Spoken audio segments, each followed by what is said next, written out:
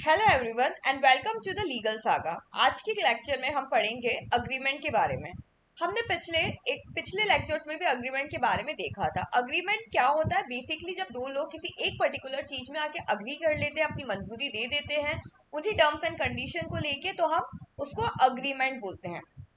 Agreement की जो legal definition है वो सेक्शन 2 क्लॉज ई में दी गई है, जो ये बोलती है every promise and every set of promises forming the consideration for each other. या तो प्रॉमिस हो या फिर नंबर ऑफ प्रोमिसेस भी हो सकते हैं, और ये एक कंसिडरेशन के लिए फॉर्म हुआ हो। कंसिडरेशन जो बेसिकली होता है वो या तो मनी होता है या something which is equal to money's worth. उसके बिना कंसिडरेशन नहीं होता है। अगर कॉन्ट्रैक्ट फॉर्म हो रहा है, अग्रीमेंट फॉर्म हो रहा है, तो उसके लिए कंसिडरेशन मैंडेटरी है। Agreement equal to proposal from one side and acceptance by the other. That means that सामने वाले ने आपको ऑफर दिया है किसी चीज के लिए और आप उस ऑफर को एक्सेप्ट करते हैं, तभी वो अग्रीमेंट पॉसिबल है। अगर सिर्फ आपको प्रपोजल मिला है, you are not accepting, then it won't amount to agreement. When does an agreement become contract, ये सेक्शन 10 में बताया गया है। सेक्शन 10 एसेंशियल कंडीशंस के बारे में बात करता है। पहला है enforceable by law, second is lawful consideration, third is free consent, fourth is competent parties and the fifth one is lawful object. यानी अग्रीमेंट होने के लिए सबसे इंपॉर्टेंट है कि जो सब्जेक्ट मैटर है, जिस चीज के लिए हम अग्रीमेंट कर रहे हैं, वो लीगल ऑब्जेक्ट हो। स्मगलिंग के items, bomb and everything which are not legal, अगर आप इन सारी चीजों के लिए अगर आप अग्रीमेंट करेंगे तो वो अग्रीमेंट वैलिड कॉन्ट्रैक्ट नहीं फॉर्म होगा। पार्टी शुड बी कॉम्पिटेंट, यानी कि जो पार्टीज हो वो एक तो मेजोरिटी एज को अटेन कर चुकी हो, इसके अलावा वो साउंड माइंड की हो। ये चीजें बहुत ज्यादा जरूरी है। Insane person, person not in the state of doing the contract, if you're forming a contract agreement with such persons, then it won't be a valid contract again. Free consent, अगर आप किसी के किसी को फोर्स करते हो in any way, like अगर कोई आपको फोर्स कर रहा है, आपके सिर में बंदूक रख रहा है, आपको बोल रहा है यहाँ पे साइन करो else I will kill you, तो इस टाइप के जो कॉन्सेंट आपसे लिए जा रहे हैं, जो फोर्सफुल कॉन्सेंट लिए जाएंगे, ये वैलिड अग्रीमेंट नहीं रहेंगे। Consideration should be lawful again, जो आप पैसे वगैरह दे रहे हो वो लॉफुल होना चाहिए, वो अनलॉफुल तरीके से नहीं लेना चाहिए, और जो स्पेसिफिक अमाउंट होगा सिर्फ आपको वही देना है। और ये पूरा एनफोर्सेबल बाय लॉ होना चाहिए, यानी कि लीगल तरीके से किया जाना चाहिए, कोई भी इलीगल मीन्स नहीं होना चाहिए, तभी एक अग्रीमेंट कॉन्ट्रैक्ट बनता है। अगर इसमें से कोई एक भी एसेंशियल कंडीशंस फॉर्म नहीं होगा तो वो अग्रीमेंट कॉन्ट्रैक्ट नहीं बनेगा। Now the question which arises is, only written contracts are valid contract. क्या सिर्फ रिटर्न कॉन्ट्रैक्ट ही वैलिड कॉन्ट्रैक्ट होते हैं? इसका आंसर आप कमेंट सेक्शन में लिख के जरूर बताइए।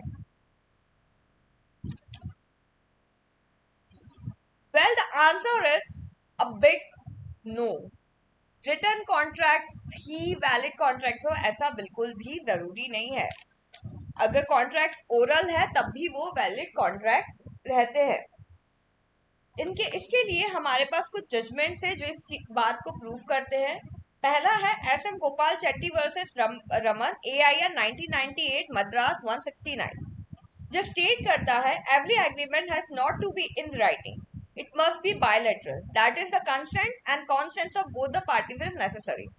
तो हर एग्रीमेंट लिखा हुआ हो ये जरूरी नहीं है, बट जरूरी ये है कि हर एग्रीमेंट जो हो वो फ्री कंसेंट और सामने वाले के कंसेंट, दोनों के कंसेंट उसमें मैच कर रहे हो तब फॉर्म हुआ हो। रिटर्न होना, this is not mandatory. The next case is Bhagwati enterprise versus Rajasthan, SRTC, AIR 2006, Rajasthan.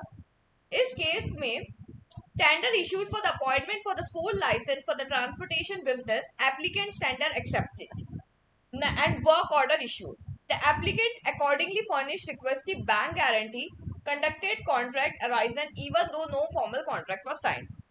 Now there was some tender issued for the license and everything, and the person has filled a tender and the tender has been passed and he got the work.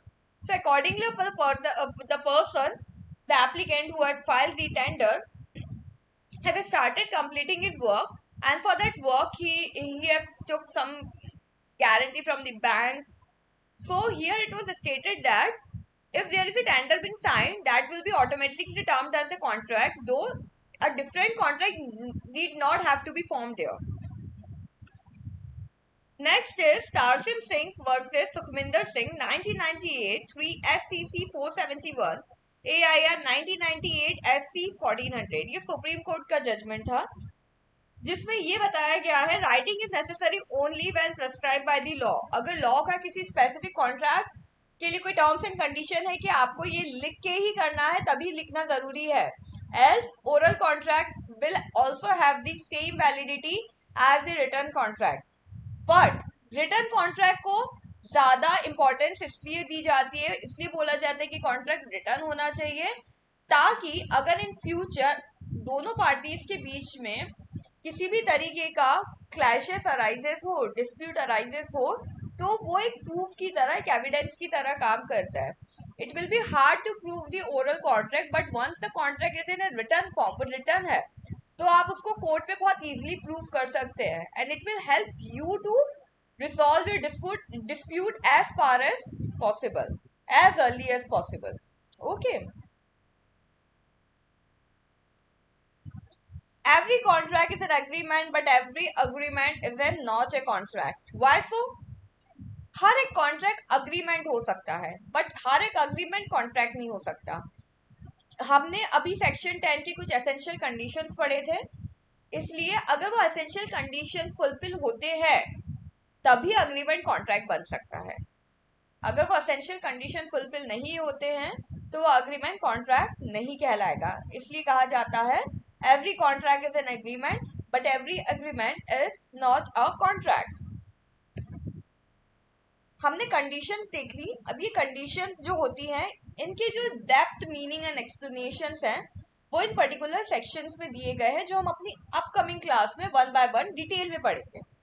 First is consideration, जिसका definition section 2D में दिया है और इनका detail explanation section 25 में दिया है। Competent party section 11 and 12 of Indian contract act talks about the competent party.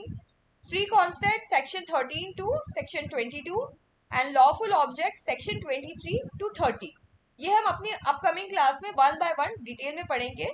Next class में हम सबसे पहले पढ़ेंगे कि कंसिडरेशन क्या होता है। Thank you for watching our channel, The Legal Saga.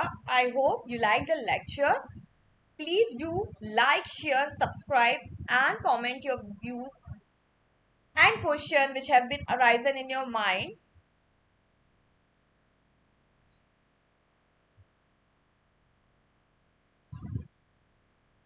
Thank you. Do follow, like, share and subscribe our channel, The Legal Saga. I hope you like the lecture. If you have any doubt, please do write in the comment box. In the next class, I will first clear your doubt. Thank you.